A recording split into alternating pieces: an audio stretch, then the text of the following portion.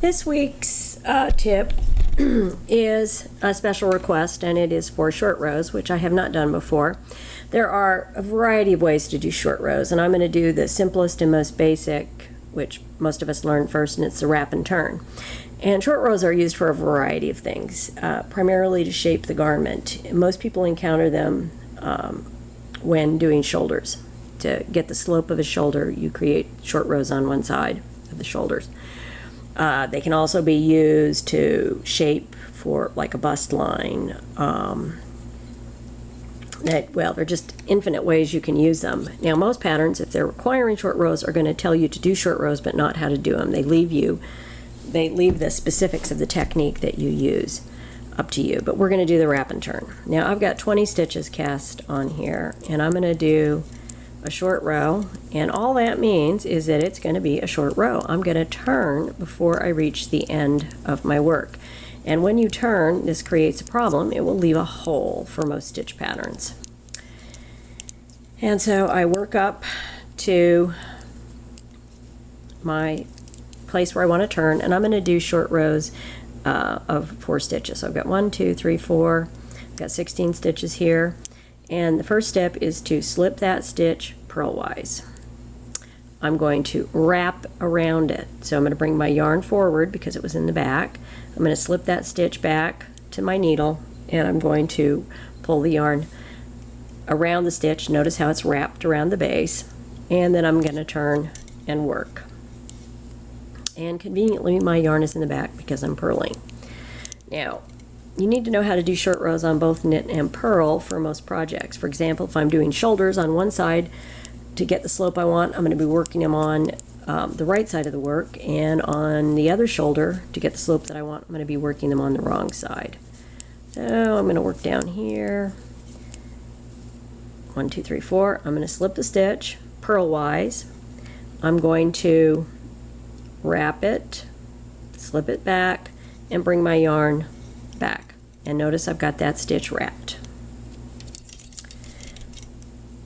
And I'm just going to continue on working. Now I'm going to do one more set of short rows. And I'm going to work up to 4 stitches, 1, 2, 3, 4. So I've got a few more to go. 1, 2, 3, 4, 5. Okay, so again, I'm going to slip it purlwise. I'm going to wrap around it, bring my yarn forward, slip the stitch back to the needle, wrap all the way around it, bring it to the back, and then turn. And I'm going to do the same thing on this side. 1, 2, 3, 4, and got 1, 2, 3, 4. All right, so I'm going to slip it purlwise, wrap around, slip it back, pull the yarn back, and I'm ready to go. Now I'm ready to work my short rows, and that means I'm going to deal with those little wraps. And you do it 2 different ways depending on whether it's a knit row or a purl row.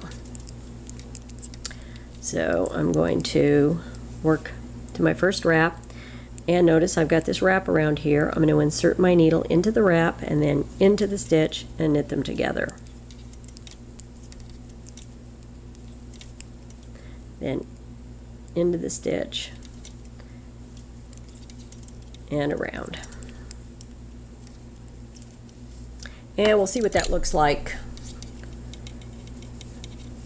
Now, those are the stitches I've worked, and notice it's kind of like a loop around from that stitch. And what that does is it obscures the fact that there is a hole there. Is it perfect? No. And there are a variety of techniques that make this look a little better. And in the next few weeks, I'll explore some different techniques you may want to try for short rows. It's one of those things that everybody's trying to come up with a better way to do it. And some are really legitimately better. And, you may want to practice with them. But you need to know all the methods before you can pick and choose. This is, as I said, the most standard. It's the one that most everybody learns first. All right, now we're getting to the spot where I have that purl stitch wrapped, and it's right there. Now, purling, I'm going to be going in this way. And I can't do the same technique I did for the knit because my needle's down there. What I do is I lift the wrap from behind, okay, from behind. I place it on the needle, and then I purl into the wrap and the stitch at the same time. And notice I get that same kind of C looking thing, backward C, C. Okay, so there's my wrap stitch. I put my wrap up onto the needle and I purl into them. And there I go.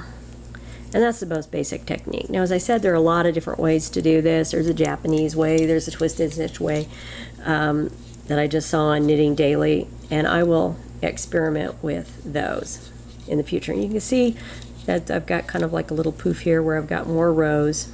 Okay, and I'll photograph this so you can see what it looks like. Okay, there you go.